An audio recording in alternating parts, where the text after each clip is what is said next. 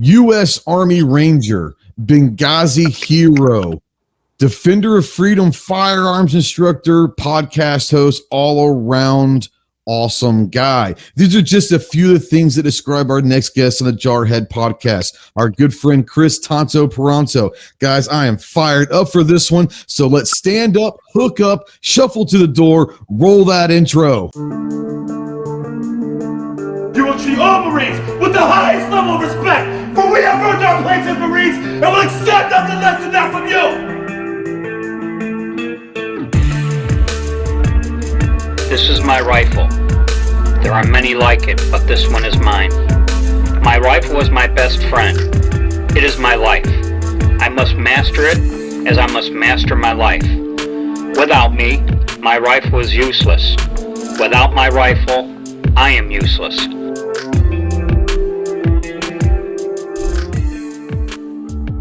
Welcome to the Jarhead Podcast. Welcome to the suck. My name is Trey with Ghost Tactical, and today we're going to have our good friend and a special guest on the Jarhead Podcast. And you guys know that we don't just bring Jarheads onto this, and we bring in people. We've had Navy SEALs on. We're going to have everyone come on. But today is awesome because he's lived a life for others. He's dedicated his life to this country and all that. He's the most humble hero, and he doesn't like being called a hero, but he's the most humble hero you're ever going to meet. Welcome to the Jarhead Podcast, our good friends, Kris Tanto Paronto. What's going on, bro? Hey, brother. And a cool shirt wearer, too. Yeah, just one of those things that just happened. Battle Line Podcast, by the way, it is Chris's podcast. Yeah. Go check it out. It is amazing. They do a great job. But no, we wanted to bring you on, not for just the whole Benghazi craziness, but you've lived an interesting life with the Rangers and then post-Army. And I think that there's a lot of people out there that are getting ready to get out or transition. And we try to help people understand there are different ways to look at it.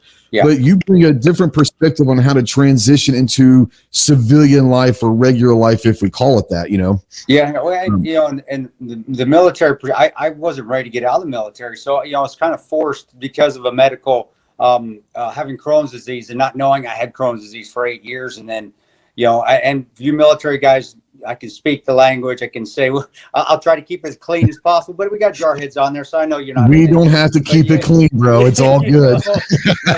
You know what? You're out in the woods and you're just doing a training mission in Fort Benning, and you take you let off a fart and you end up shitting your pants blood, and you realize, oh crap, something's not right. It wasn't the MRE that did that. There's something else wrong in my system. It could be the MRE. Depends on which one you had. Yeah, that's true.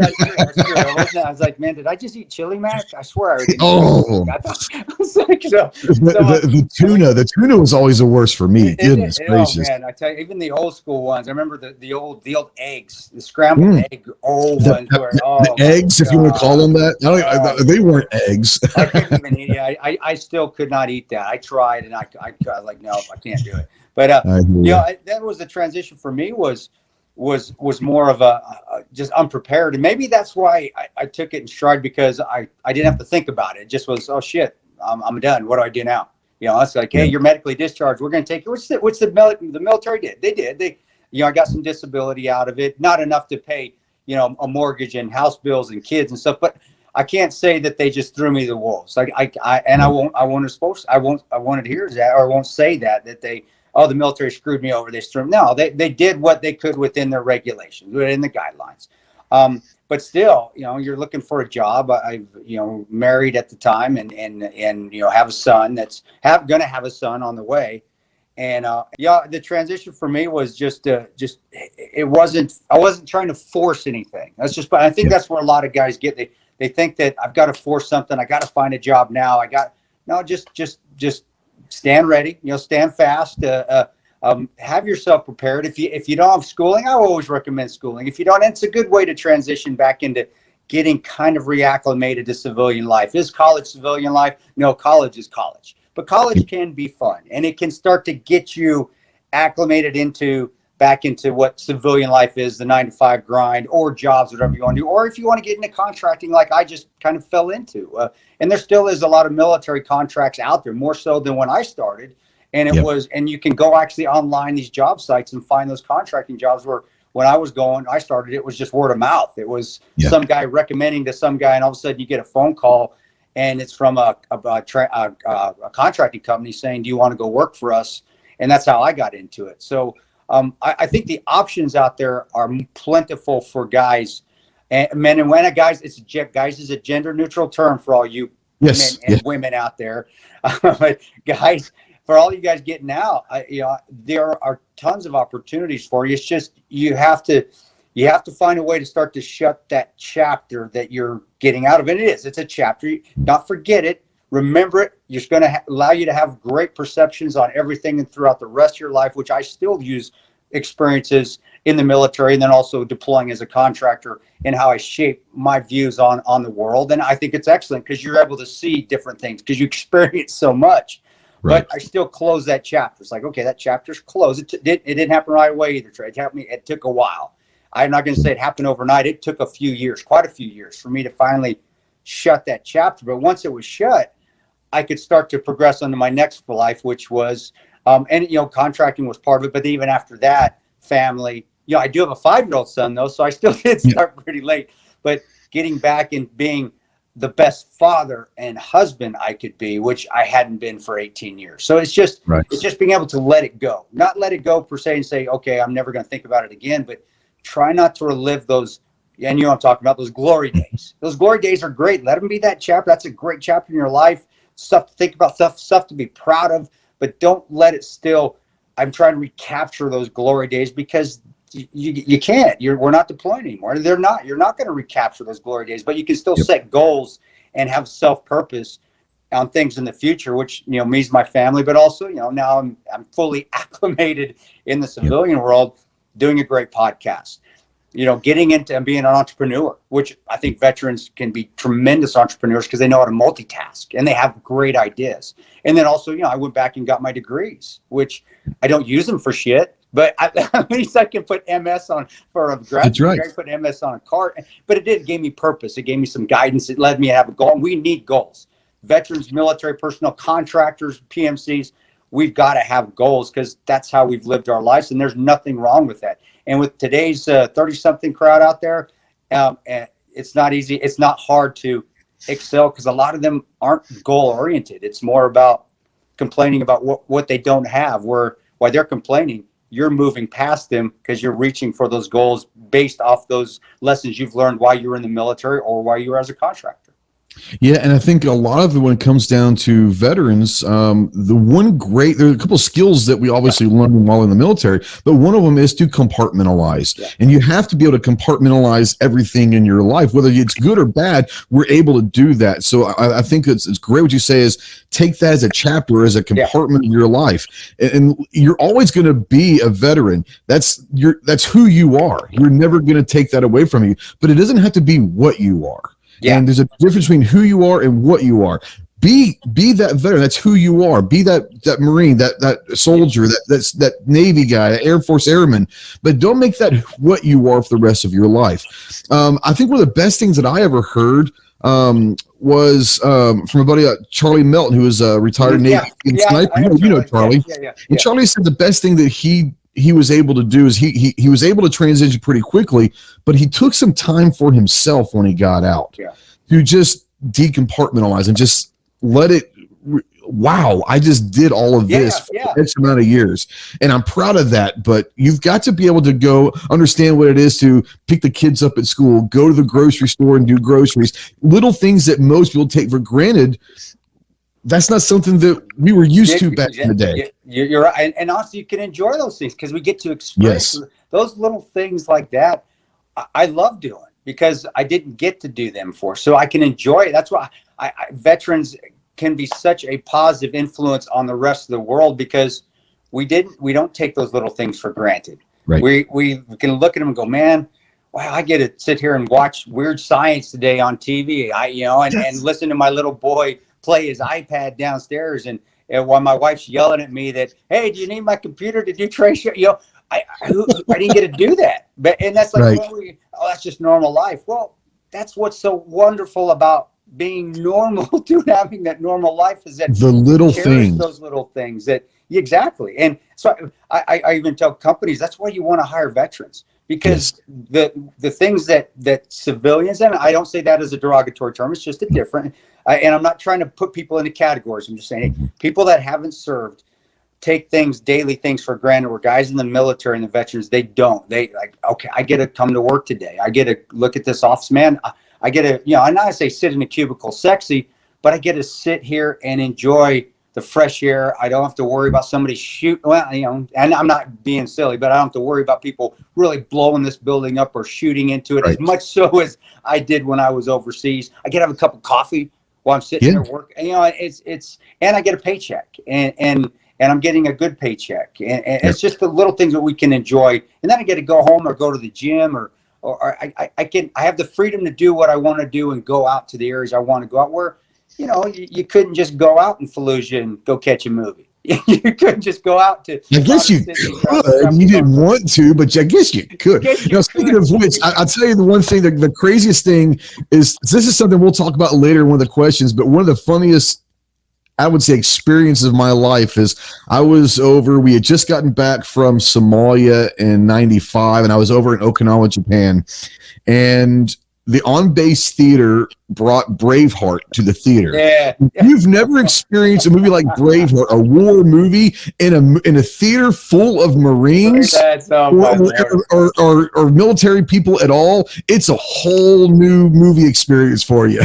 I can't even imagine. That's when you said Braveheart, bunch of jarheads in there watching it. I bet it was just nuts. It was I'm pretty sure that theater was closed for a couple of weeks, having a remodel, Oh my Lord. Obviously, but that's the experience that you have, and that you can pull from and enjoy it.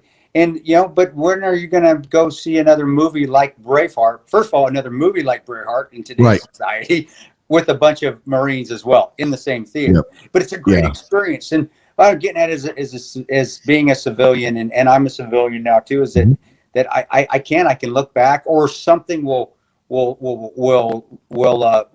cause me to remember, smell, a sight, a sound of, oh man, I remember that day in 2005, whether it was good or bad, the grimy or the nasty parts or the great parts. I remember it, and now I can smile at it, because it's like, man, that was good. That was a hell of an experience, good or bad. Man, good or bad. Yep.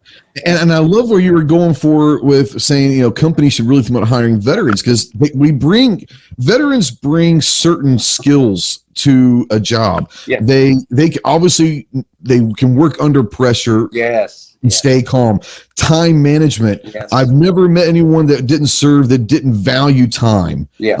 They're going to be early. If you're 5 minutes early, you're late type thing. I mean, that's their skills and they're natural leaders. Whether or not that they want to be a leader, typically they know how to lead, because we've learned how to follow first. You have to learn to follow before you lead. Yeah, I agree. And all that. So I think those are great traits that people have. Before we dive into the crazy, awesome questions, we always try to go to the pit. Now, the Marine Corps, the pit was when you were getting NJP'd and you were getting thrashed for messing up. They sent you to the pit, and it was nasty. So I'm sure you guys had some similar. We had the sawdust pit, dude. There you go. You had the ropes and the tree next to it to qualify on if you needed to, and we had Yeah. So what we do is we go some basic quick response. What's the first thing that comes to your head? Questions, kind of get the blood flowing. All right, here we go. What was the best MRE you ever had? Chili mac, and then put Tabasco sauce on it. At Ranger School at Eglin Air Force Base, the last phase, swamp phase, by far the best. And also because I had a peanut butter. I don't know why it came with that peanut butter packet, but boy, I tell you what, you open that peanut butter packet, you can smell that thing for miles back at that final phase, the swamp phase, especially when I was emaciated down to, I think I was 145 pounds. I remember it vividly, and I can still smell the peanut butter and the chili mac and the Tabasco, and then I put a little Tabasco in the corner of my eye. Falling asleep. Yep. Yeah, I'm not a huge, I like Tabasco, but overdoing it. But Tabasco to this day is one of those things that we would put here, we would put underneath our nose. Like you said, if you're on night patrol, you've got to stay awake, bro. It's just the way it goes. It keeps you awake, dude. If I could eat the plastic bags and the bottle as well by that phase, I mean, you don't let an MRE go to waste in Ranger School. That's right. Everything is chowed down. You even eat the paper if you can eat the paper and plastic and get it in your gut. And you've got 3 to 5 minutes to do it. And by the way, Yes. like you just inhale it. Yeah. Okay, let's go. Oh, yeah. man. So the best one we had, my favorite one was the beef stew. But the beef stew, but I also put the peanut butter inside the beef stew and the crackers, mixed it all up. It sounds disgusting, but dude, it was so good. It was wonderful. And you can't replicate those things. I try to replicate the chili mac. I can't get it. I don't care what it is. I can't get it. Can't do it. FRD ain't MRE. All right. So chili mac's your best one. What was the worst MRE that you remember? The eggs, the scrambled eggs. And that was when I was a private at Ranger Battalion. We were doing a JRX in Fort Bragg, a joint readiness exercise with green and blue. And that was back in the 90s. So we still had that. And I still remember, you open up and it's just running. It's like, it's formed and you want to eat it, but it was goo. It was goo. It wasn't runny. It was slimy. I would say slimy is a better word. And it just turned my stomach. Luckily, again, though, it wasn't at a point where we were starving or anything, because it was JRX. You're eating all the time. You have the best, Fort Bragg, you have green and blue there. They're not going to try to starve themselves. They're coming back. So we had, you had the all-night DFAC was open. So as soon as you got back, it didn't matter if it was 1 a.m, the DFAC was open. Plus you had an all-night coffee bar set. So you had donuts. And so I was like, but I do remember looking at it going, I can't eat this. And I tried, and it turned my stomach, and like, no. But then I think they stopped making them because they were so awful. They did. Just the worst. It was the eggs. The eggs. And it's still that slime that covered it. Worst ever. So I can't really say I ate it, because I didn't eat it. I didn't want to. I took a bite and I was like, nope, done. Yeah.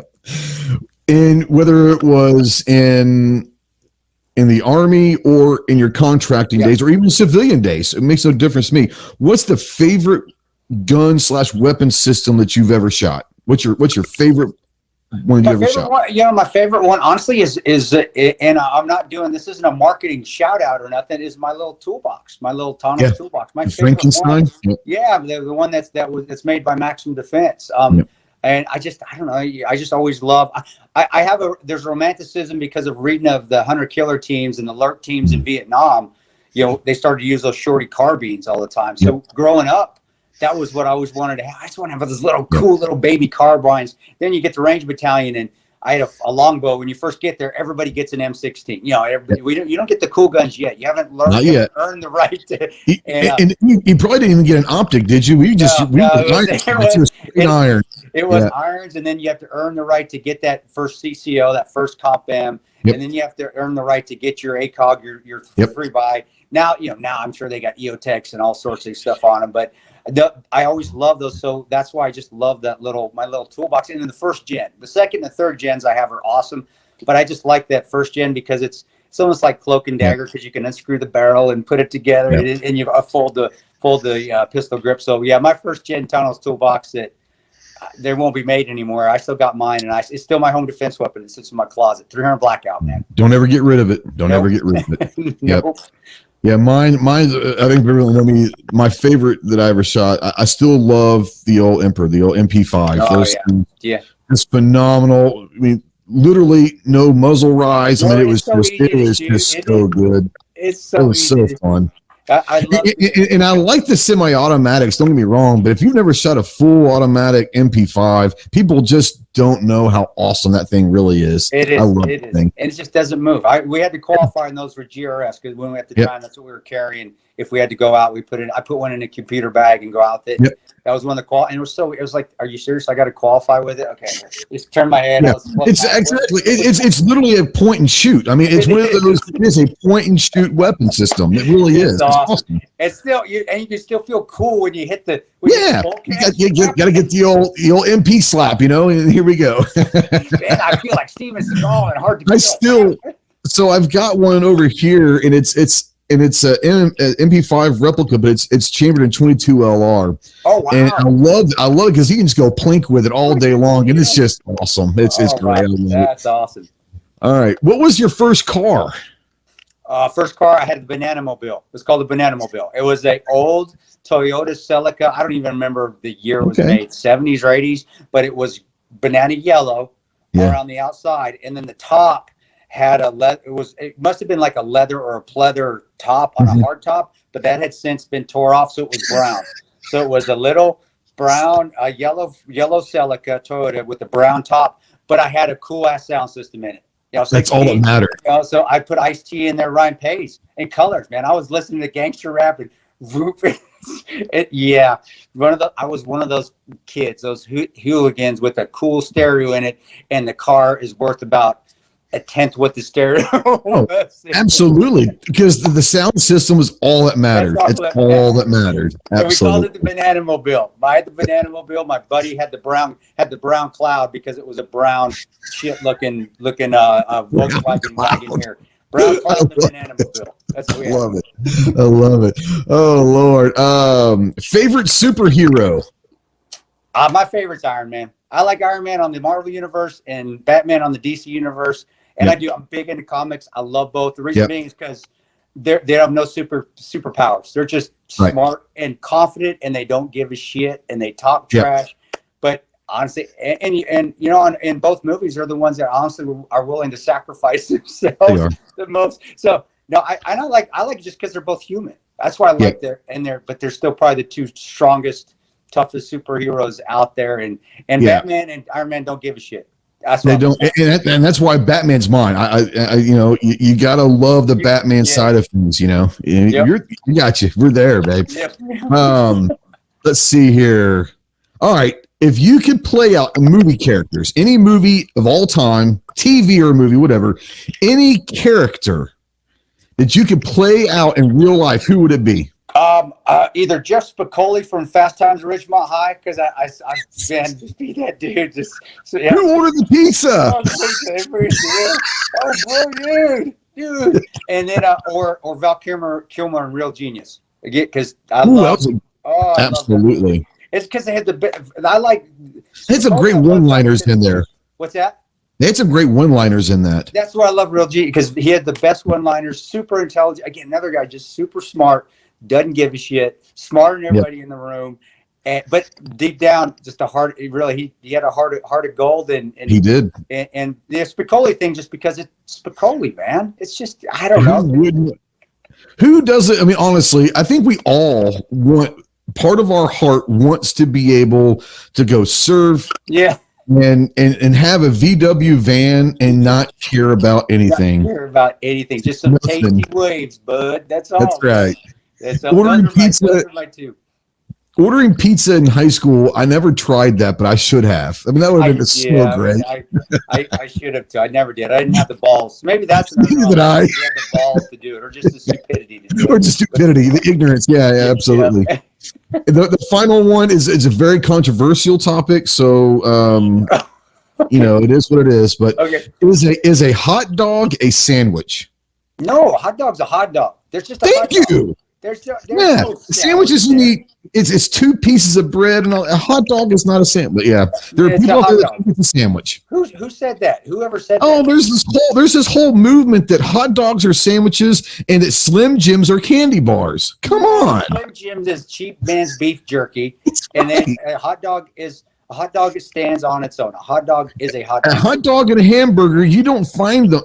They have their own. On a menu, it says hot dog. Their own section, exactly. That's right. You don't lump stuff. We got movements for every damn thing in today's society. There's always a movement for something. You can't say anything these days without pissing somebody off. Dude, I want to have a movement to stop movements. Let's do that. I like that. I like that. I'm in. All right. So those are fun. Like I said, just kind of get the blood flowing and all of that. Kind of get people to kind of know the humanistic side of our warriors that we talk to all the time. But we're going to go in real quick and talk about your military and not your military, your background. Like, you don't have to talk about your childhood growing up, but what we're asking is what kind of led you, had you always wanted to be in the Army or be a Ranger? What led you to join the military? No, I didn't. I mean, my grandfather on my dad's side was a pilot. He was on the crew of a bomber, B-2 bomber, and B-52, was shot down. I never knew him. But I did have my dad had his Purple Heart, so I got to see that. Nice. And I thought that, but I still didn't really know what that what that meant. I just, because I was growing up.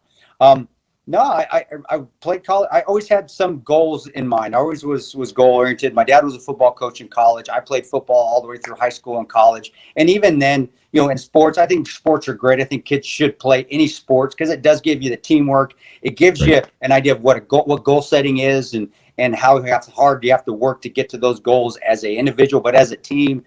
So when I left college, and I still had that mindset of team. I got to be a team. There's still something out there, physically active still, and I'm a recruiter. Saw sucker on my forehead and started talking to me, and he just got to me first. So he showed me the cool recruiting video, 75th Ranger Regiment video. Hey, you need to be a Ranger. Showed me one. I was like, yeah, that's awesome. Jumping out of planes, blowing stuff up, and shooting machine guns. Yeah, they don't show you the shit. I'm in. Yeah, they don't show you the awful parts. But I that's where it was. It was just, it had a lot to do with my upbringing with and being physically active. Kids. We grew up. I'm in my 50s now. I lived out in the country. Riding motorbikes, chasing and catching horny toads, horned frogs. In southern Colorado, and growing up on the river and shooting carp when they came up to feed in the fall, and it just wasn't a stretch for me. What's the next? I really don't want to sit in a cubicle. Right, I'm not ready for 9 to 5. What can I do? And I enlisted, and I had 2 stints in the military because I screwed up the first time. I was able to get an honorable discharge out, and then I went back in 2 years later, did it all over again, basic and airborne and Ranger Indoc, and went back to 75th Ranger Regiment. And but it all started with my grandfather and my father. Grandfather was a farmer that was an immigrant from Mexico, and he always taught us, you just work your ass off, work hard, things are going to go well for you, and have a purpose in your life. And that was to me. And you see the Ranger video. I know you've seen the Marine videos and you SEALs out there that do the SEAL Challenge, PJs. There's a romanticism that you see in that. There is in the movies, and that's great. Movies, you should have that because it is a romantic life. It is. When I look back at it now, I'm like, man, being in these countries that people make movies out of, and literally, they're portrayed in a movie. Now I can say, you got the things that, and even the ones that people that didn't see, it's still stuff that movies are made of. There is a romanticism in the military, and there should be, because it's a tough job and there should be some reward. And if that reward is just, hey man, I attained what I want to do, self-satisfaction, then that's good enough. It doesn't have to be a movie. But anyway, that was the route. And it was because of just being raised with the mental toughness and hey, my dad always telling me to get off that horse, get back on it, try again. Well, where could I be challenged that I might fail in the future? And what special operations community? Let's see if I can do it. It's interesting because I didn't have to be the whole this. I joined the Marine Corps because unfortunately I was in school and got bad into drugs and alcohol and all that, and I knew I needed to get out. I joined the Marine Corps because I said, if I'm going to go join the military, I want to go and challenge myself. And I always heard the Marine Corps was the hardest and all that. Whether that's the truth or not, but in my mind, I said, well, if I want to do this, I'm doing this. And I think that when you hear and you talk to different warriors and all that from whatever branch, I think that's a common thread is they're looking for something to challenge them in life, and not be bored. And that's an odd. People think that's odd, but it's not. If you have the mentality of, I'm the guy that if I'm playing marbles or dominoes with you, I'm going to cut your throat to beat you. I'm just that guy, I'm ultra competitive. So I push myself. I want to be pushed and all that. But I find that as a common trait with a lot of guys. And you were talking about Ranger School, and I know there's probably things that you can't talk about, but for the people that are interested in going to the 75th Ranger Regiment, going to Benning and going to Ranger School and all that, can you kind of give a little background or info into Ranger School is looked at as one of the top 2 or 3 hardest things in the military to do. Sure. Can you kind of go into the process and what Ranger School is like? And there's nothing classified about Ranger School. You can Google it, and there's more information on the Army PERSCOM website and then the RTB website than I could probably even tell you. But Ranger School, I equate it, and if you compare the two, because it's different. Ranger School is not going to 75th Ranger Regiment. It just means you're Ranger qualified. The Ranger Indoctrination, or RASP, is now it's Ranger Assessment and Selection, getting your scroll and your tambouret, that's going to regiment. If you want to stay at Ranger Regiment, you have to have both. You can go in as a private, get the RASP, be an untabbed private there. You're a peon, you're a shit on, you haven't got your tab yet. Then eventually you go prove yourself, because it's for leadership. You have to prove yourself that you can become prove to your leadership, that you can become a team leader. Then they shoot you off the Ranger School to get you're moving from your private phase into your NCO phase. And Ranger School, to me, if you compare the two, RIP, when I went through it was called RIP. RIP's like getting punched in the face really fucking hard from Mike Tyson. All day, every day. But Ranger School is just it's like a drip, just in the same spot that eventually just annoys the shit out you, and then eventually becomes sore. It's just like you just tap it on me for 3 months in the same spot over and over. The same spot. It becomes annoying, and eventually it's going to hurt. But initially it's like, I say nothing. So what I tell people, if you're going to Ranger School, is just prepare yourself mentally, because it's just a suck game that you just have to continue to get up and keep doing again. The pain, there's some physically hard stuff. You're walking up mountains with rucksacks. You're doing your PT tests. You're doing your 5-mile runs, your Ranger stakes at the beginning.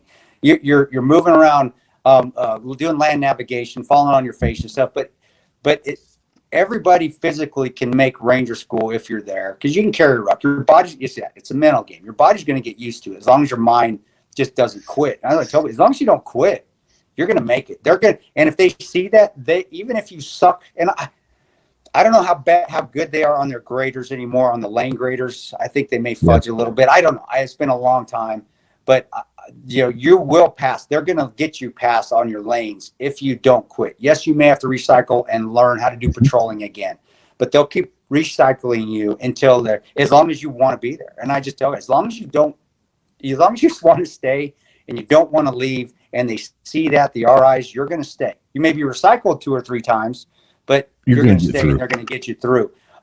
But you do have to be physically strong, and you have to be able to handle that tick. You got to be able to handle the tick on your back. You got to be able to ruck. And then we were lucky. And we had some recon guys come through our pre-ranger, the special. My unit actually got invited to. So when we came back, we went through SEER over in Camp Fuji, Japan. We actually had some guys from 75th go through our SEER program, and they invited us to go to Ranger School over in Benning. Yeah, I cycled back into the States before, but my unit actually did go there and train. I just cycled back with another unit in California. Would have loved to have done that. Well, and that's the thing, the cross training with the SOCOM community is that you prep, and we have our same schools and the pre-ranger train up. So you go, if you come from Ranger Battalion, you pretty much know patrolling. You do. You know your infantry basics. You do. But a lot of the units don't, or guys come in that have no infantry background that don't. They do their own pre-ranger, but if you're within SOCOM, you come through 75th Ranger, pre-ranger, which is 3 weeks, and you learn the patrolling phases of it. Yeah. All I tell you is learn your basic infantry tactics before you get there, and just know how to lead under immense pressure. It is, and it's just not yelling at people, telling them what to do, but leading by example. Knowing your op orders, get in the Ranger handbook, get one, and just learn it for the back of your hand, because that's you can refer to that constantly. When an RI asks you a question, you can pull out your Ranger handbook, and if you don't know the answer, and find the answer, and they're going to look at that like, okay, good job. They don't expect you to know things off the top of your head, because you don't yet. You're not that inclined in infantry tactics yet, because you're an E4 or an E5. I'm sorry, E3 or an E4. So we do have E5s and E7s that go through too that aren't from Ranger Battalion. All I'm saying is just be ready to embrace the suck. Just be ready to be miserable. But on the objective side, on the quantitative side, read your Ranger handbook. Learn small unit tactics. Know how to assault a bunker. Know how to do assault an objective. Know what a support element is. Know what the assault element is. Know those things, and then know how to write an op order, and you'll be good to go. So I wish I could say, but it really is just don't quit. If you don't quit, you're gonna make it. Yeah, I tell people all the time that ask me, different schools that we went through and all of that, and I say, well, first of all, whether it's boot camp or it's any of your schooling or training, whatever, understand that they're not trying to kill you. They're not going to kill you. They're making you better. Yeah. So if you go with the mentality of I'm not going to die, I embrace, like you said, embrace. We say, and it's just all across all branches. Embrace the suck is true. That's why we say welcome to the suck. It's what it is. But I think a lot of it comes down to also enjoy the experience, because if you take the big picture and you get to jump out of helicopters or planes, you get to rappel, you get to fast rope, you get to spy rig, you get to do close quarter combat, you get to do hand to hand, all this stuff that they're teaching you. If you think about my buddy back home, he's never going to get to experience any of this stuff. So enjoy it while you're doing it, because that's where the stories come from 20 years later. I have a story from that of climbing up where we were going up.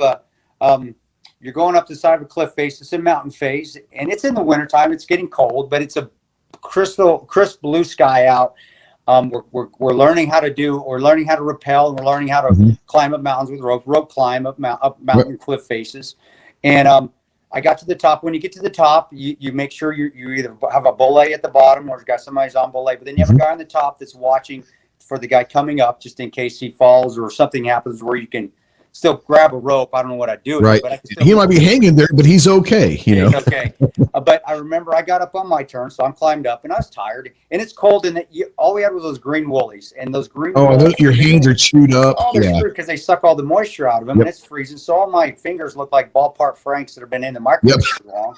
And they're all. But I remember I was sitting up there and taking a moment and just looking out in Dahlonega. So we're on the top of we're at mountain face. So I could be wrong. I think it's Rudder. Guys, forgive me if I'm wrong.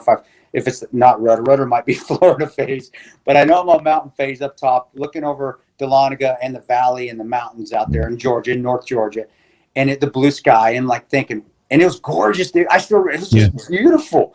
And I'm thinking, man, I wish I was here in a different element or different conditions where I could go fishing right now. But I still remember how wonderfully beautiful it was. And it was, even with the RIs yelling down at everybody, because we have 3 climbers going at the same time, it still was very serene. So, where would I have gotten that if it wasn't there? And even all those under extraneous circumstances was now I can enjoy. I thought that was, man, my hands were toast. But that was part of the enjoyment of it. I can look back at it now going, that was a hell of an experience. Wow. And when you got done with stuff like that, you leave that and going, if I can get through that.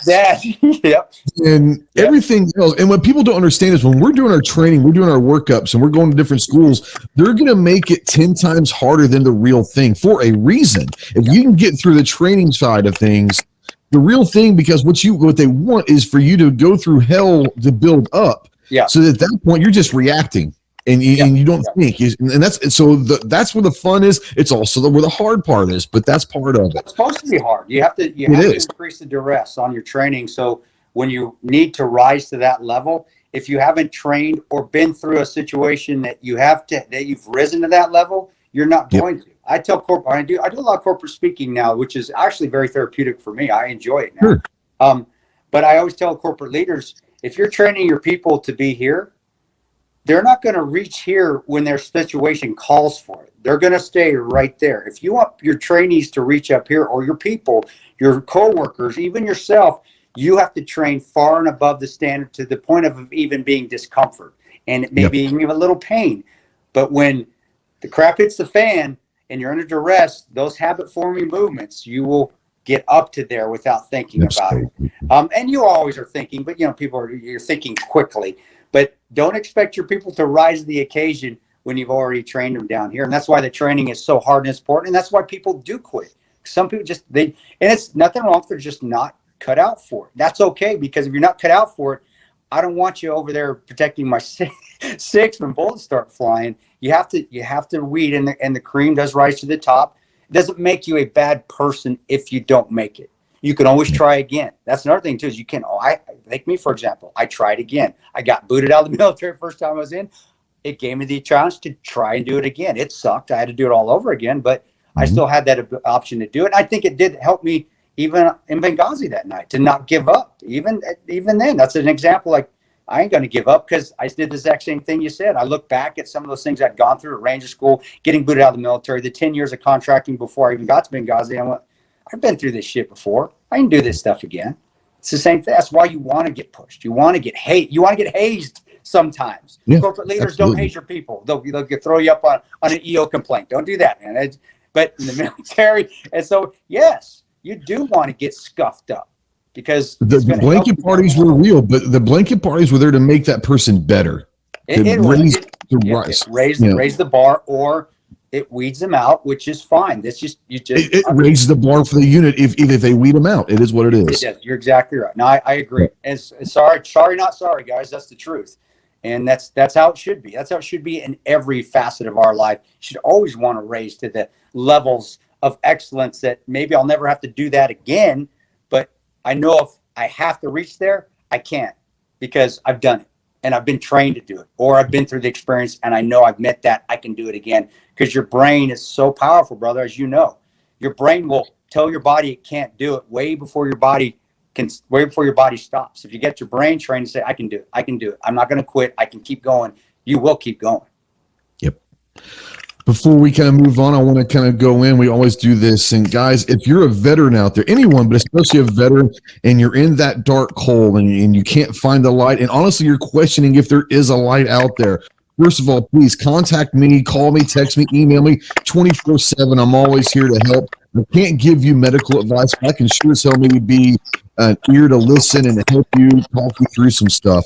If you are looking for medical advice or someone that can push you into that, please understand two things real quick. One, you are not alone in this battle. There's a lot of brothers and sisters out there that have been there, done that, are willing to help. And two, the world is a much better place with you in it. So please, if you're out there and you're looking for that light, looking for that help, contact the Veteran Crisis Hotline, 1-800-273-8255. Once again, 1-800-273-8255 is the Veteran Crisis Hotline.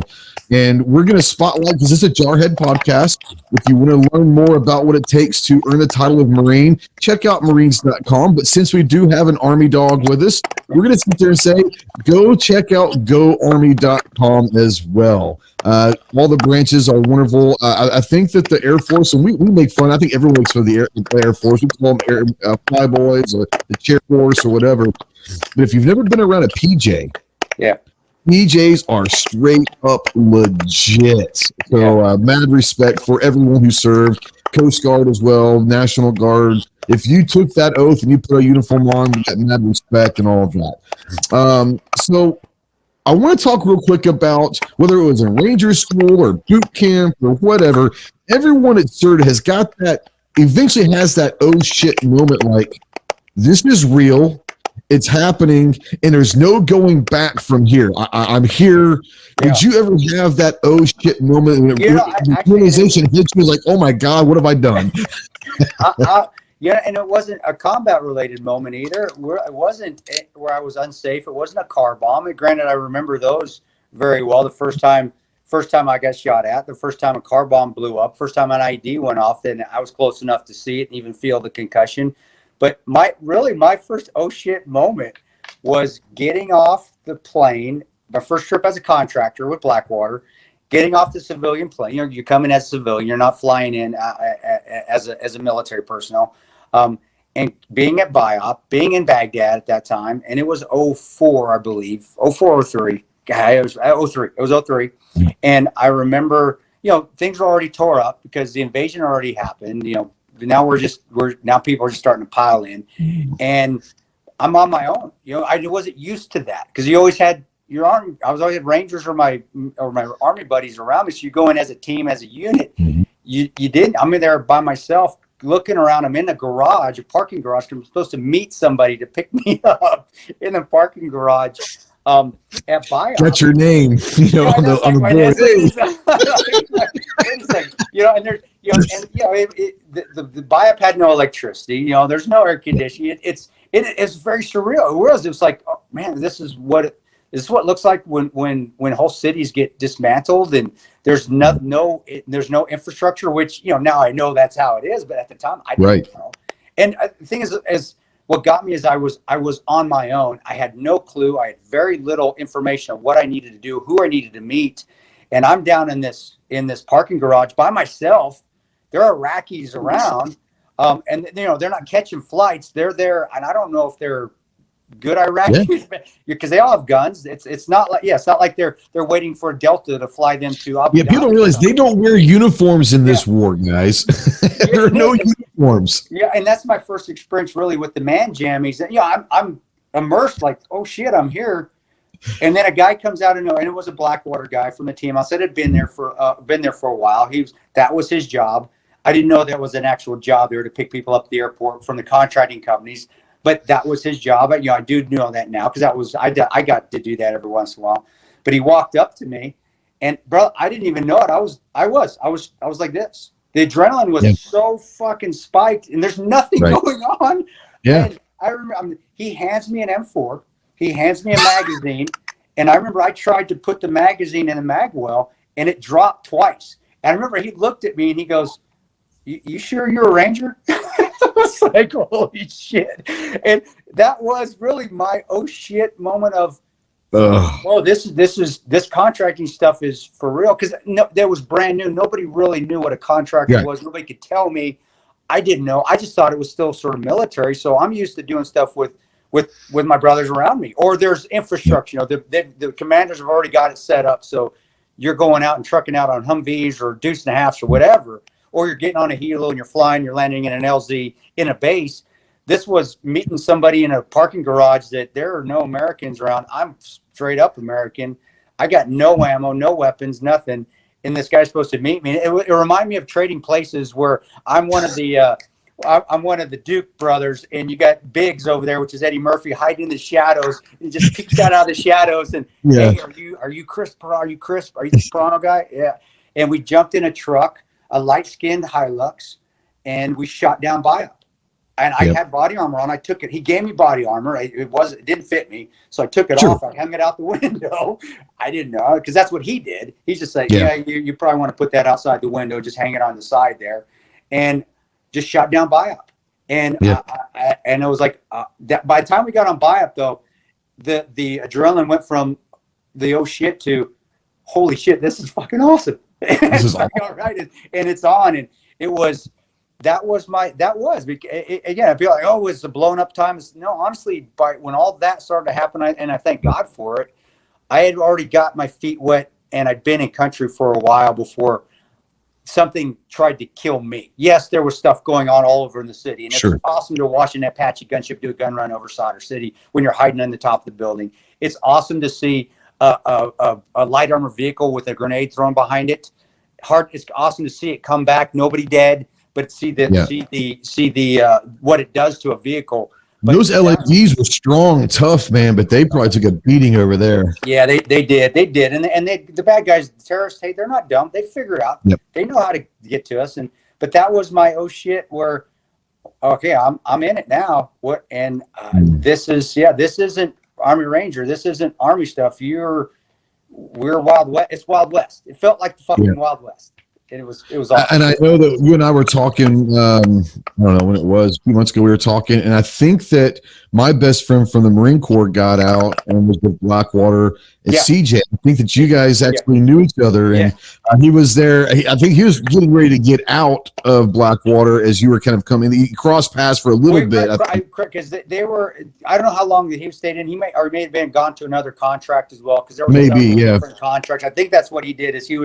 I was getting on the CPA contract, and he was going to IRI or SSI, but it was just same company, different contracts. They were living in a different house than I was, but it still was Blackwater. A lot of stuff going on over there at that time. This is before Blackwater became Blackwater.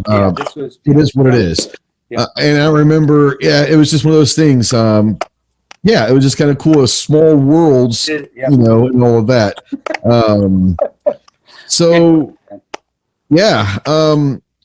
When you were in the Rangers, was this before the contract? When you were in the Rangers, did you have a primary MOS or a primary mission as what your job was, or did you kind of had to learn everything? No, I mean, you're every Ranger at that time that went in, you're 11 Bravo, which is infantry. You're infantry. You're light infantry.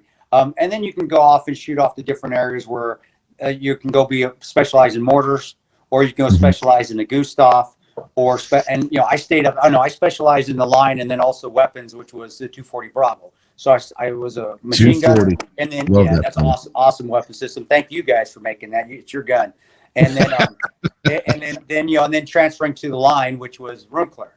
So I know that, and that's generally what most Rangers do is they do that. And I was always infantry, and you're always light infantry, and you are, and me being a Ranger at that time, we're the special ops bullet catchers, dude. If blue or green needs somebody to block for them or protect them while they're assault, that was our job. And granted, it's the Rangers Rangers are so much more advanced than I was when I was in, because a lot of those high value targets weren't high value target enough during OEF and OIF for green and blue. So red Rangers started to pick them up. Now Rangers can hold their own on the room clearing and get high value targets, but that is still essentially part of our job. It's either CSAR mission, combat search and rescue, when blue's down. Roberts Ridge is a perfect example for that. And that was one of our main jobs, or blocking for green, or being the QRF element for green, which, and I think Marcus Luttrell, great guy. Marcus will say that you guys that came in to get him on Red Wings, those were all Rangers. And he said, I got a special place in my heart for the Rangers and all of that. So, and that's, and he's right. Cause he's, when we come in, that's one of our jobs. We are that cracked QRF element, and we're coming in with everything. We're not coming in light. We're coming in full Rangers, full squad of Rangers, full platoon of Rangers, Spectre gunships, DAPs on station, little birds if you can get up. You're bringing the noise. We're bringing it, and that's what I love about Rangers. There was no apprehending anybody. It was we're going in there to either direct action and destroy and kill everything on the objective, aside from the Eagles that are on there, the good guys, or we're blocking, and anybody that's trying to get into our Eagles, we're going to kill or destroy or blow up. And that's what I did love about the Rangers. There's no confusion on the mission. The mission is we're going to kick the shit out of you. That's it. Bottom line. And then when we're done, we get to leave. And then then the paratroopers or 25th can come in and sit on the objective, which is another wonderful thing about being a Ranger, is that we don't have to hold. We don't have the manpower to hold a place. We'll come in and beat the shit out of it and kill whoever you want us to kill. And then if somebody needs to hold it, well, they got to bring a bigger element in there, whether it's 82nd, 101st, or maybe even a division from the Corps to come in and do it. But that was what was awesome about being a Ranger as well, is that that's part of the miserable part of war, is that holding an objective and sitting on it after the action's taking place, where it's like, no, we're in, we're out. All right, let's go to the next. That's the thing with it. We were in my unit in the Corps. We were there for a week, 2 weeks, maybe 3. Yeah. We go jump to somewhere else, be there for a week, 2 or 3. Didn't have to worry about. We never got comfortable in our Quonset huts inside the wire. We never unpacked. If you want to say that. That's a good thing about about that the special. That's why I tell guys, if you're going to go in SOCOM community. Because that's where you're going to be the busiest. It's going to be less boring, which military life, 9% of it is boring. But it's also you are seeing and moving from place to place, and that's what you want to do. You want to get in, get out, get in, get out, get in, get out. Not get in and sit and become stale and become a target, and which you eventually do. As good as I do, and guys that have served, especially in Afghanistan, know. You sit in an area long enough, eventually you're going to become a target. And Restepo is one of the perfect examples of that, where they just got demolished not demolished. They fought their asses off, but they were at a place, they were undermanned, and they were there forever. Everybody knew they were there, and they got hammered hard. But those guys, they did an amazing job. Kudos to those guys. We had a rough in Benghazi. Those guys had it rougher than we did, and they had a good movie made off. If you want to watch it on Netflix, absolutely, they did a tremendous job as well. Yeah, we'll move on to the Benghazi. We'll touch on Benghazi because I think everyone wants to hear a little bit about Benghazi. But you were talking about blues and greens, and what people don't realize is the Reds, Rangers, blue are SEALs, green berets. Everyone's kind of got their color designation. So if you're out there and you're not sure what the hell he was talking about when saying we got to go rescue blue or block for green, those are other elements that all work with under the same flag. So it's just that's what people need to understand, that the colors actually it's easier to sit there and say SEALs or berets or whatever. It's the color designators that they have. So good, thank you for that. I forget to do that sometimes. It is weird because I get people commenting, what do they mean by this? Oh, well, let me break it down to you real quick. Terminology, especially for civilians, don't get it sometimes. So I try to break it down a little bit. But with the breakdown of the Google, people can get in their Google. That's true. That's true. What does blue mean when talking about special forces? And it's bam right in there. OPSEC is something of the fucking past, man. There is no OPSEC. We were training. We were doing some. This is no shit. This is in November, December of '94. We're working up, getting ready to go to Mogadishu in January, and we're doing some beach stuff on a base. And CNN fucking cameras were filming us, and our fucking colonel went batshit crazy on them. We're like, what the fuck are you doing? We make fun of the OPSEC part with the codes, but that's way over the line, and they do that, man. The news is terrible, and our enemies don't need an S2. They don't need an intel, man. All they got to do is watch our local news, and they'll get all the intel they want. Not local news, but our mainstream news. They'll get every piece of info imaginable. And damn, the thing it goes back to is the damn officers at the Pentagon. Dude, shut up. Stop talking. Shut up. That are there in the media. There were stories that Saddam knew that the original attack was coming. He was like, well, duh. Well, duh. One of his colonels is sleeping with the liaison from CNN, and they're doing bedroom talk. And hey, sorry, not sorry. Sorry, not sorry. 05 and above, but it's the truth, and y'all know it. It's what it is. So let's do, if you want to, briefly talk about Benghazi. I know that you've covered this, has been covered multiple times, but I want to kind of go into some of the stuff that is maybe not the general questions you get asked. You and I were talking a couple years ago, I think up in Indy, and we were just bullshitting, and you said that by far that was the longest firefight that you were involved in, but not the craziest. Which is kind of weird to me to hear that, because if I read a lot, but you see 13 hours, and it was crazy just the depiction of the movie, but people don't realize there's crazy stuff that happens all the time. So can you recall like the craziest the craziest incident? Really, honestly, it was. Yeah, I wrote a little bit about it. It wasn't a firefight. It was a bomb, an IED that went off. Then of course, fire started to happen. But to me, I say crazy because it was probably it was a learning experience where I fucked up. I messed up.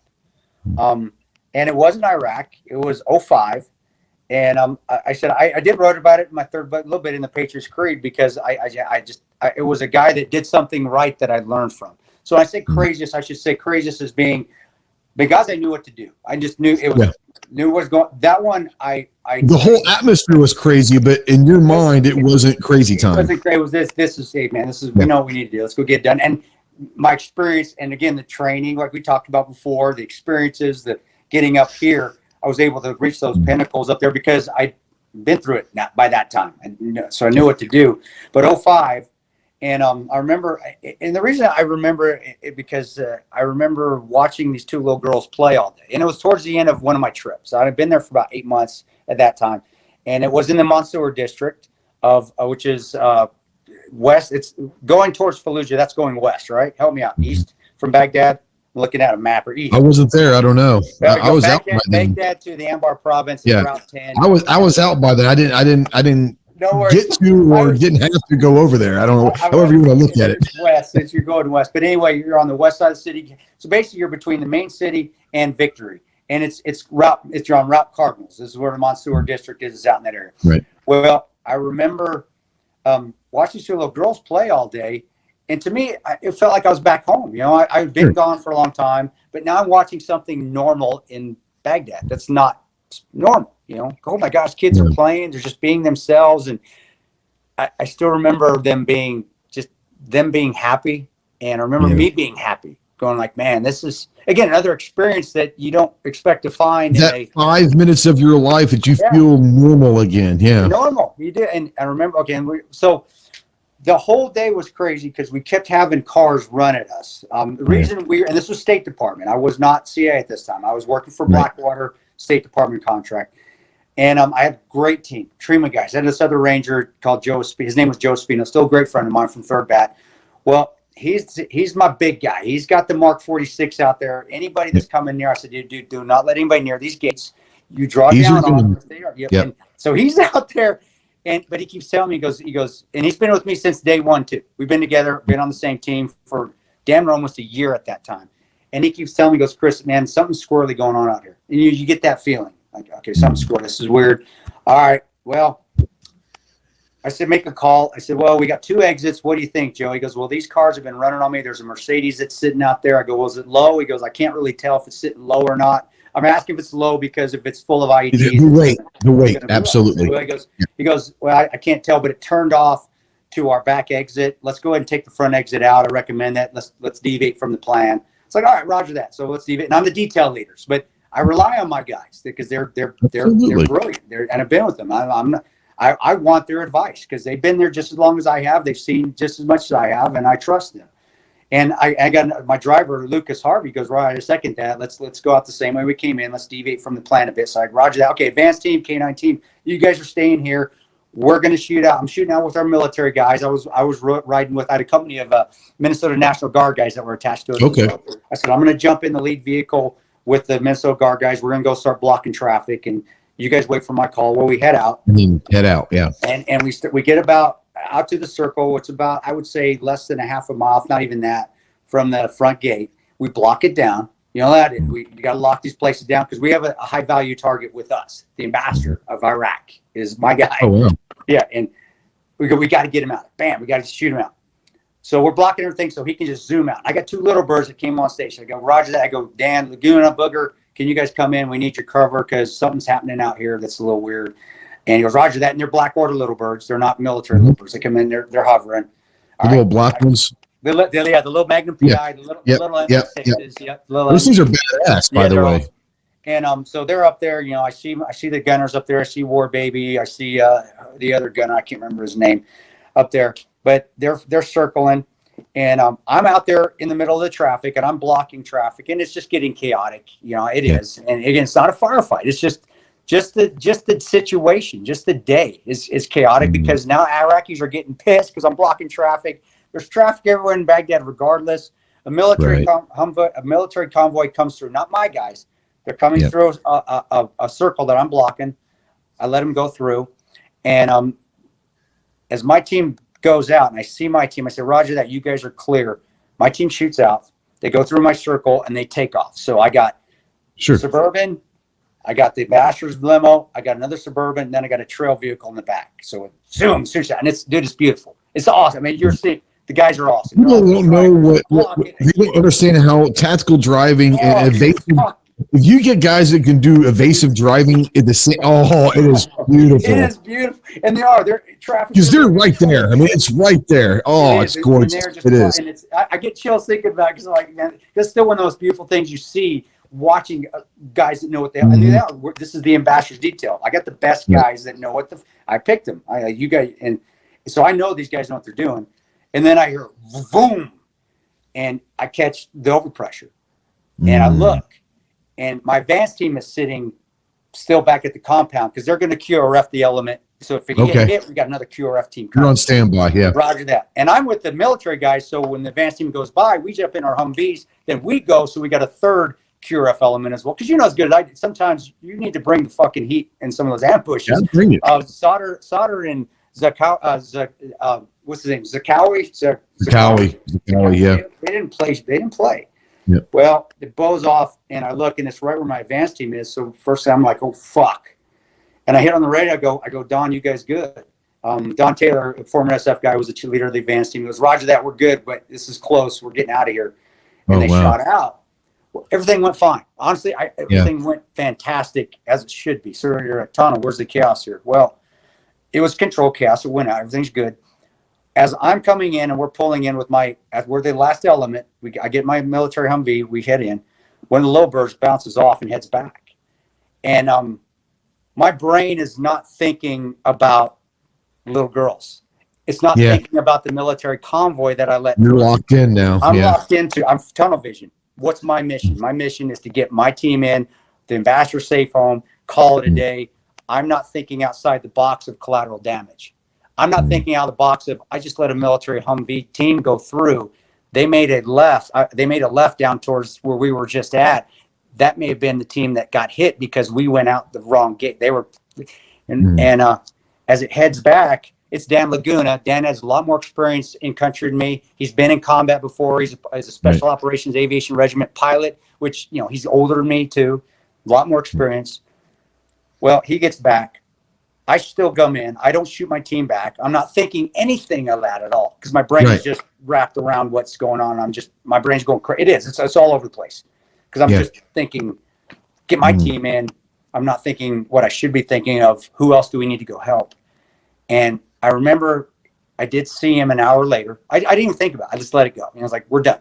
Done for the day. D-job. Good job, guys. Hey, good job. We came home today, guys. Well, Dan is sitting in one of the offices that I work in. I have a little office of detail. And he's sitting in there, and I look at him, and I'm pissed at him because I'm like, dude, why the fuck did you leave without? And I said, what the fuck, dude? Why'd you leave? He goes, well, the other team got hit. I said, what other team? He goes, well, the military, there was a military convoy. He didn't know I let him through because there was a military convoy that got hit. And I said, where? He goes, at the back gate, the gate that we were supposed to come out of. And I said, well, shit. And he goes, he goes, there was a little girl that got hit. I got her. I love, you know, and I go, one of the guys in the Humvee. So I'm asking what happened. He goes, well, the top turret guy in the Humvee got hit as well. And I got him and I got him to the cache. But the third little girl, I couldn't help because there was no more weight. There's no more room. And he goes, why didn't you come back? And that was just, to this day, that still sticks to me. I'm like, fuck. I mean, everyone's like cloud nine, everything great to, and then holy shit, I'm a fucking piece of shit. And it still bothers. I mean, honestly, it still bothers the shit out of me because it made me, and as far as chaos, so I tell people about chaos happens up in here. This is where it goes crazy. That day, if that hadn't gone through that, and it still hurts because I could have said we could have got her to the cache. If I would have cut, I had Humvees. All I had to do was cut my Humvees. I had 3 of them with fucking 50 cals in the back of them. Go back.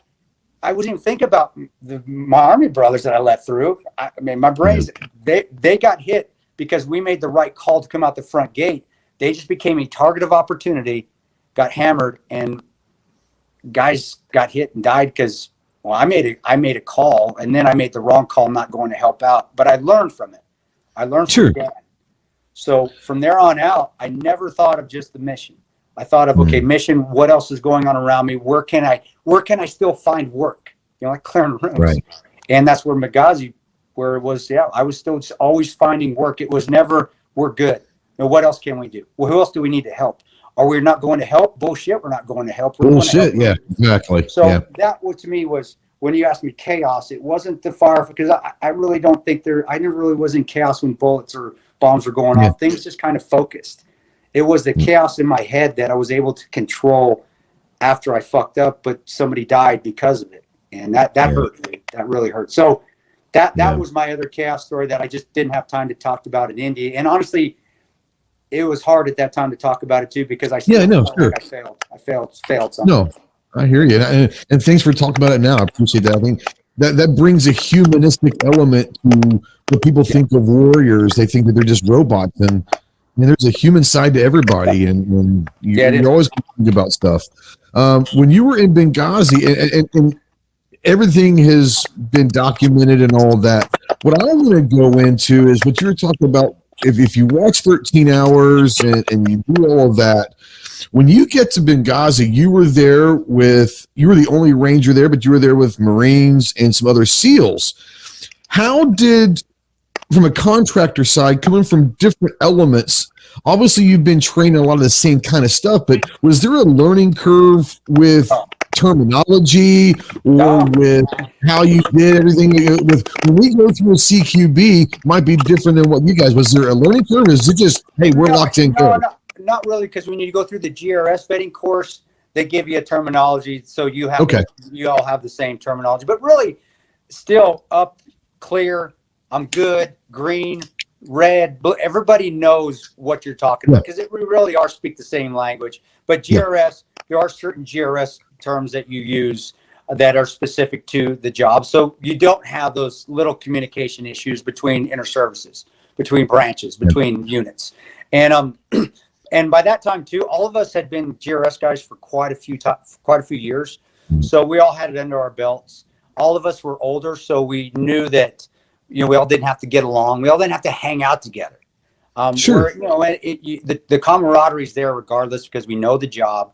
We know that it's going to take teamwork to help out in these things, but we don't have to hang out and be buddy together to make sure those things happen. That came with age and maturity. Yeah. So when that's a blessing because if we wouldn't have had the age and maturity that we did, the outcome probably would have been a little different because of that, we all had our specific jobs to do and we all stayed in our lanes because we knew that I can trust this guy. He knows what the hell he's doing. I may not know him very well. He's doing the job long enough. If he did know what he was doing, he wouldn't be here doing this job. Yeah. And he's 42 years old, and was a Master Chief in the U.S. Navy, or he was an E6 in the Corps, or like myself, sorry guys, but I did become an officer later. I was an officer in the Army. You got guys that are when they got out, they were damn cake eaters. I tell you, I know.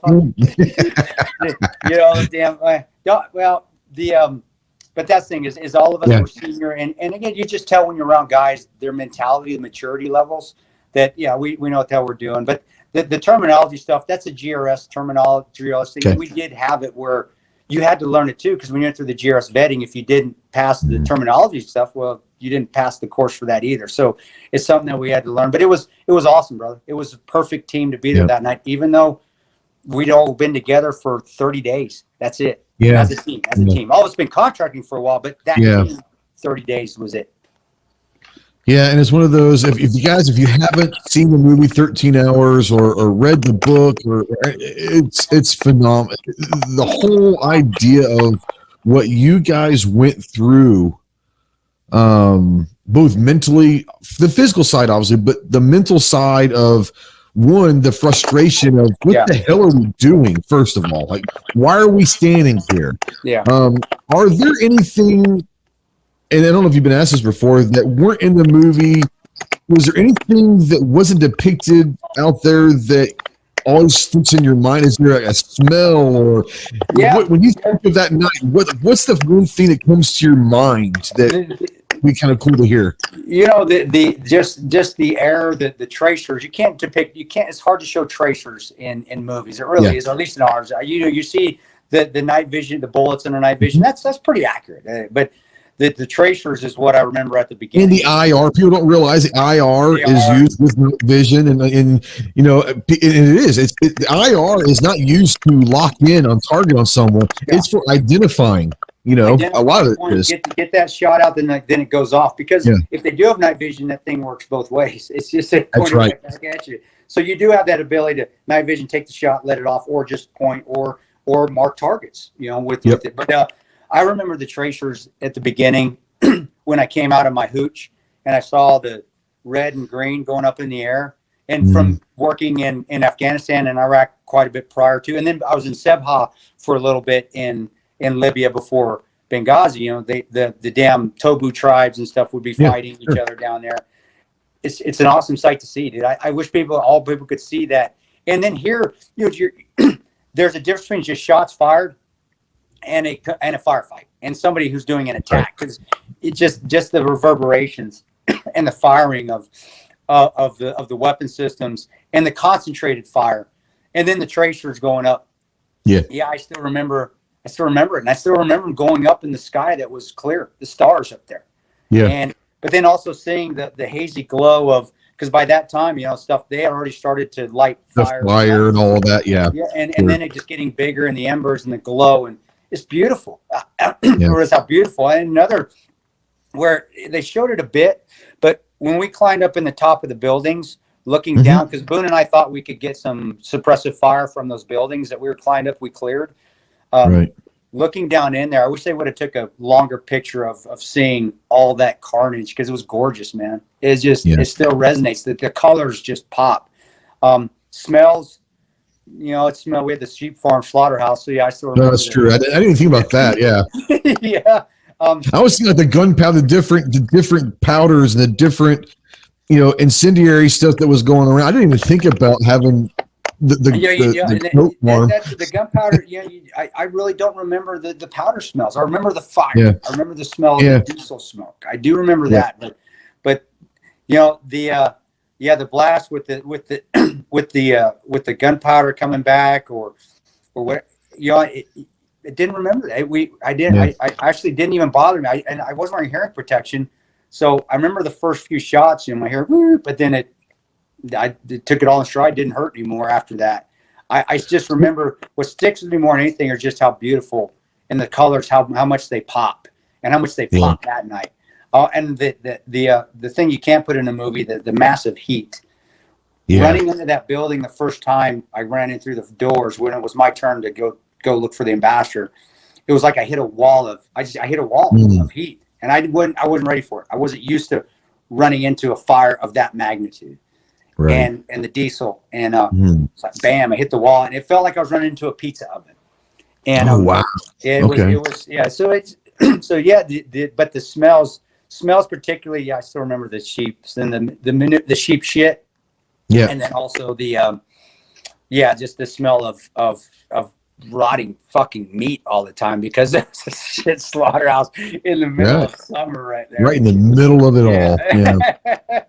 So I can remember the movie, they had you either with a saw or a 60. I think it was a saw, was it not? It was a 46. Yeah. Mark, okay. It was so you were you actually running the 46 in real life, or was that just the Hollywood thing? No, I ran it a bit. We didn't have as much ammo as the movie, particularly with that. So I switched back to the M4 more often. But yeah, I did run it. And being a Ranger, I know to run that thing, and it's so awesome. Did you have Frankenstein with you then as well? No. Frankenstein never had to take over. I had that thing just for training, and it's been retired.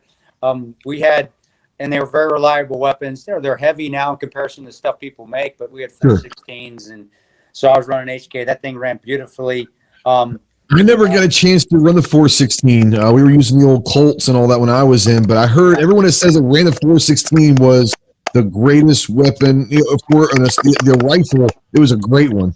It's fantastic gun. It doesn't gum up, and it's just it's just a little heavy with the rail systems they have on there at that time, but. Yeah, that 46 was awesome. You're thinking, this is something you're thinking, conserve ammo. And now I'm thinking back now, man, well, what if I die? What ammo would I have to conserve? So I wish I would have ran it more. I really, really do wish I would have just ran the ammo out of that 46, but it was, you get to that point where I can't run out because if we run out, we don't have it. What if I need it later? And we had plenty of M4 ammo.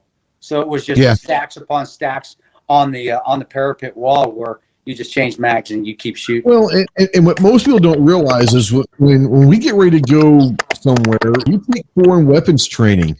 And so we've shot the 47s, the 74s. Yeah. If you have to go and pick up a 47 off of the ground, you know how to run it. So it's one of those things where you at least have enough knowledge to pick up a 47 or 74 and be able to run it. So that was another wonderful contract. I taught Afghanis AK-47, 74s, and Makarovs. That was one of our another contract. Yeah, Makarov, man. I had one Afghani scratch his head with the muzzle. I was like, "What the fuck are you doing, dude?" Not that, but it was, that was another great contract, another great experience that I did in between GRS contracts, is teaching Afghani NDS guys weapon system, firearms training, which helped me. It definitely helped me. Absolutely. You alluded to becoming an officer later on, and we're going to talk Army lifetime right now. Obviously, you were promoted several different times and obviously make an officer, but of all the ranks that you actually held, what was the one rank that you were most proud of being promoted to? E5. You're always promoted, yeah. You're always promoted. I think being a sergeant now, I think looking back now, I don't regret becoming an officer because I should. I had the degrees I should have. That was where I should be. But I really do wish I would have stayed enlisted than going into the O ranks. I think that's your most proudest moment is when you get to your E5, is because you really have crossed that threshold of being a private. to now I'm starting to get in leadership positions. So so that would be the most proud. I was proud that, I still got my commission officer, what is a memo from the President of the United States and SecDef's Asia and our commission. And it's great. It's fantastic. But I still have my orders going to E5, and I still love looking at those. It makes me proud. It makes me proud seeing now I have a new designator, 11 Bravo 2 Victor instead of 1 Victor, which 2 Victor means you're at E5 with your Ranger tab. That still, to me, is my most proud moment is seeing that on a piece of paper. 11 Bravo, and no longer being a 1 Papa or a 1 Victor. Now I'm a 2 Victor and moving up. So I think a lot of enlisted guys will probably tell you that's becoming an NCO and getting your stripes, man. Yeah, for me, in the Marine Corps, you get NCO E4, corporal, and you become a team leader. You become a team leader. Sergeant's more of the squad leader and all that, but becoming a team leader, our own fire team at a corporal. For me, it was like, wow, okay, like. Hey, I'm in charge. Awesome. I've got 3 other guys now that I've got to, make sure that I've got to get them home now, or whatever the case may be. But I think if you talk to anyone, no matter what branch you are, NCOs absolutely run the military. They are the leadership, and you talk to any officer, NCOs are the heart and soul of any military unit for sure. So the last segment we want to talk to is post-military, post-contracting, moving into civilian world. And you already touched on it in the very beginning very beautifully about the transition. But what we want to talk about is your success in the civilian world, whether it's being an entrepreneur, an author, working with War Heroes TV, working as Battle Line Tactical, Battle Line Podcast, all the stuff that you're involved in. For the guys that are out there that may be looking to transition, instead of worrying about the transition itself, I want to talk about what are some of the things and traits that you learned in the military that have helped you become successful in the civilian world.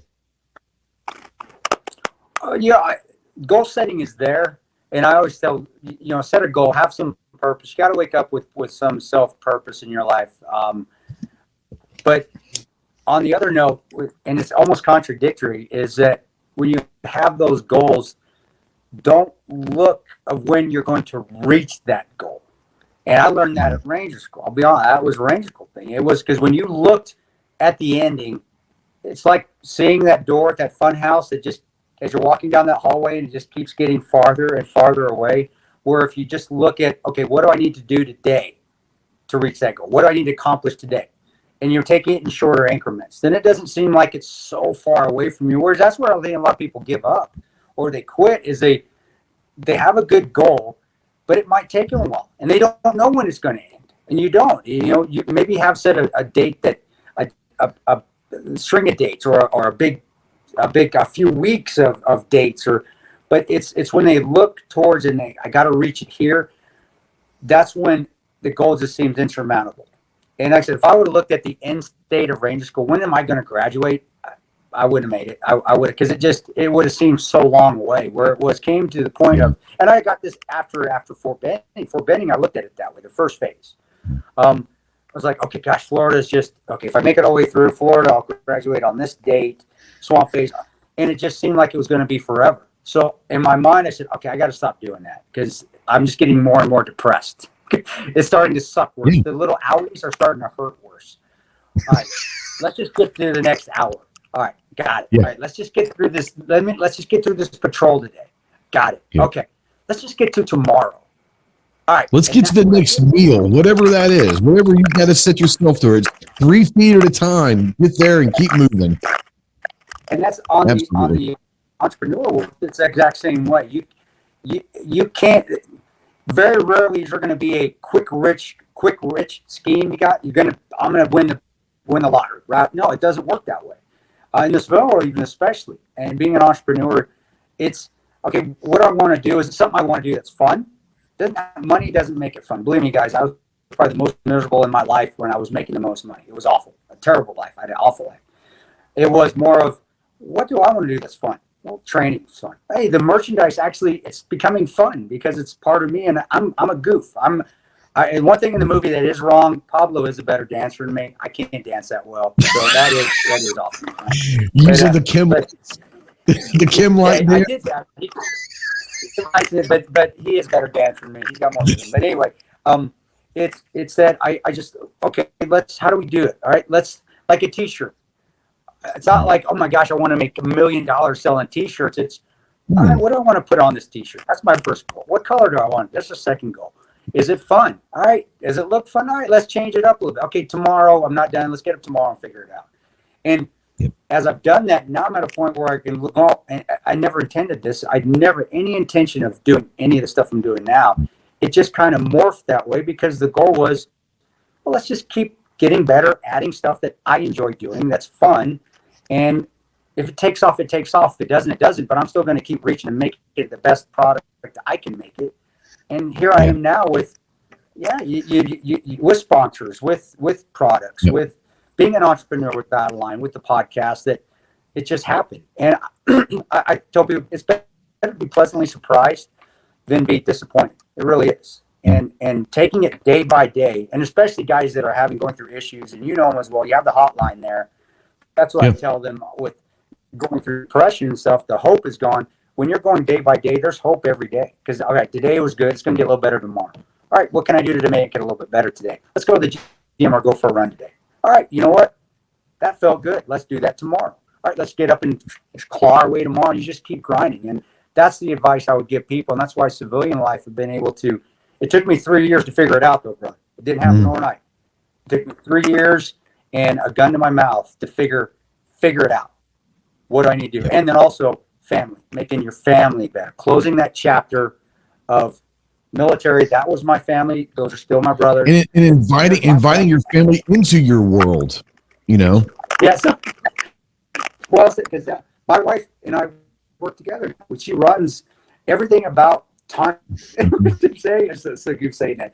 She runs it. It's hers. And so we do it together. And that's teamwork. I get the teamwork aspect of it. And it feels just as good. But the biggest thing is just getting at the net, looking and just not reaching, looking down at the end state of this is when I'm going to accomplish this goal. Yes, you want to accomplish that goal.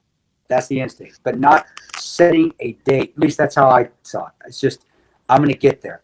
And eventually I got there. And eventually I moved past some of those goals I set because I didn't plan on just that goal. I'm just going to keep getting better every day. Head-wise, emotionally wise, physically wise, family wise.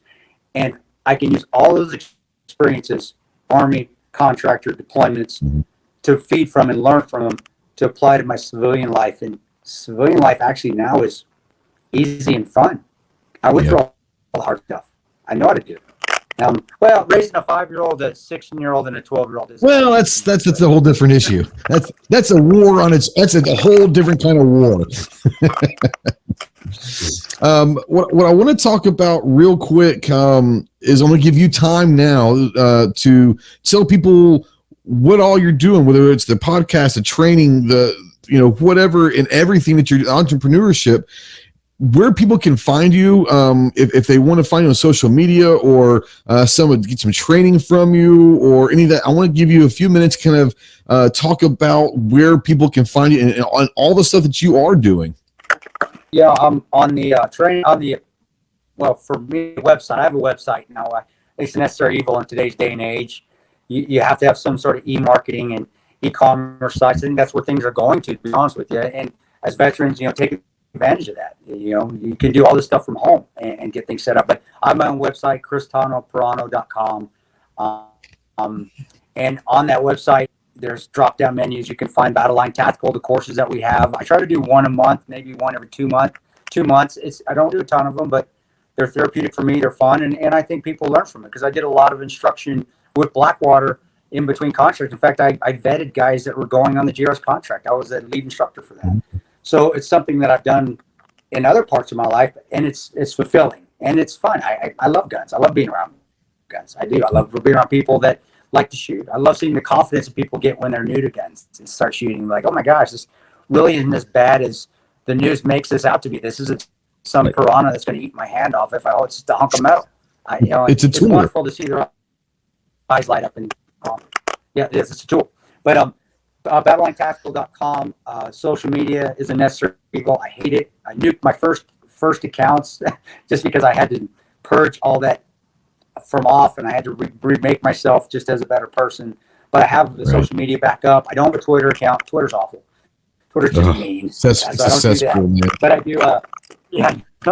Instagram account. It's real _Kris _Tanto _Paronto, and it has a little blue check mark, so you know it's me. And then I have a Facebook account, Kris Paronto. That's a public account. Again, it has a blue check mark, so you know it's me. And we just a lot of stuff I post just positive stuff. I don't get into politics anymore. I used to. Yep. I think it was. I think politics are probably one of the worst things you can get into. It's just so divisive now. Where I just don't get into it. There's more faith in the Battle Line podcast leading into that, which is with Ian Scotto, who used to run Soft Rep Radio and was an engineer for Andrew Wilkow's show. There you go. He runs the podcast. I'm just the ugly face that's his cohort on it. But again, another avenue that just popped up, and it's very therapeutic, and it's all about faith and having people on like yourself, Trey, that just have stories, and a lot of the veteran stories out there, what people can learn from veterans, like we talk about today. So I check out Battle Line Podcast. Also has its own Instagram page, Battle Line Tactical. The training company I have also has its own Instagram and Facebook pages, and Battle Line Tactical, and then also my own website, KrisTantoParonto.com. You can see when the courses are coming up. And then, I got into sponsor. People started sponsoring me on gear, tactical gear, and cups and stuff. Yep. And so I have my own line of stuff and it's TanosGearLocker.com, and then also now Vodka, a distillery, a Vietnam veteran has a distillery in North Georgia, asked if they could, if I was interested in them making me a vodka. I'm like, are you kidding me? He's a former moonshiner. He has since passed away. But Ray over there, a Vietnam vet, grew up being a moonshiner, and it's an opportunity. I think anytime you're presented with an opportunity, even how silly it could be, like the sunglasses I did, it still was an opportunity. Right over there, I've still got some right over there. And you wear them, so it's not like you just put your name on there and you walked away. I mean, you actually used them. So. It's the experiences, and I think getting over yourself, getting over that ego, and just getting into new experiences, you're going to grow and you're going to be a happier person. So all these experiences that are happening, I pick and choose. There are some that I like, that's a little too gimmicky. It's not me. It's not that I don't like it. It's just something that's yours and that you can do. Get into it, do the experience, learn from it. If it works, some stuff I've done hasn't worked. Some of it does, but get into it. So you can go to Tano's Gear Locker, and all the stuff that I use. Everything on there is stuff I use. I'm not going to push something that I wouldn't use myself, because that's straight up dirt baggery right there, wouldn't it? It is. So well, I remember sending you a text, I don't know, a month or so ago. I mean, having a lot of pains and all that, and I was like, hey, I know that you do some things with pain management, and you kind of sent me down the road of maybe looking at some stuff that you use to help with pain management. And it works. And I know that you wouldn't tell me about it unless it worked for you, and it worked for me as well. So thank you for that, by the way. That was awesome. You're welcome. That was the net stuff. I was never a big CBD guy in my it was part of the podcast. They asked if they could be a sponsor on the podcast. I never would have even tried them or tried anything CBD related if we hadn't had the podcast. The opportunities that come with opportunities, if you're willing to take that step, are fantastic, but they don't come if you're not willing to try the opportunity. The Neds, and I still use the body butter. Don't let it fool you guys. It's not a lotion. It's an anti-inflammatory. That stuff is amazing. And the CBD oil helped me get off all the medication I was on, the hard medication I was on for the VA for just having depressed moods and anxiety and anger and everything else that comes with spending a lot of years overseas and seeing the things that we saw. So man, I'm glad you brought that up, because that's huge. It wouldn't have come about if I wouldn't have taken that step with the Battle Line podcast. Absolutely. Well, guys, thank you so much for listening in podcast form, watching on YouTube and Facebook and all that. Obviously, huge thank you to our good friend Kris Paronto for coming on. And I enjoyed hearing the humanistic side of Kris Paronto. And I appreciate you coming on and opening up about that stuff. If you're out there, all the links that Kris was talking about will be in the description below, whether you're in podcast or in video form. They'll all be down there, so you guys can click anything that you need to find Kris with, or any of his businesses, or any of his the things that he's doing. You'll all found all of it in the description below. But once again, I want to thank Kris for coming on, and thank you so much for sharing your story and letting people hear who Kris is, not necessarily who Tanto is. Right. Oh man, that's cool. I appreciate that, bro. And as always, thank you for your service as well and your friendship. And I think we're having a little bit of that feedback. We got a big thunderstorm coming in. It keeps same here as we go on. So I think that I'm sorry about that, brother. But it's all good, bro. You know the deal. Just all happen. I appreciate it very much. I'll come on. Thank you, my friend. God bless you, brother. All right. Thank you. God bless you. And we'll see you soon. Semper Fi. Well, guys, thanks so much for listening and watching this episode of the Jarhead Podcast. If you enjoy what you're hearing, make sure you go ahead and give us a follow or a thumbs up. And make sure you go check out our swag store over on our website, ghosttacticalproductions.com. Until next time, stay frosty. Semper Fi.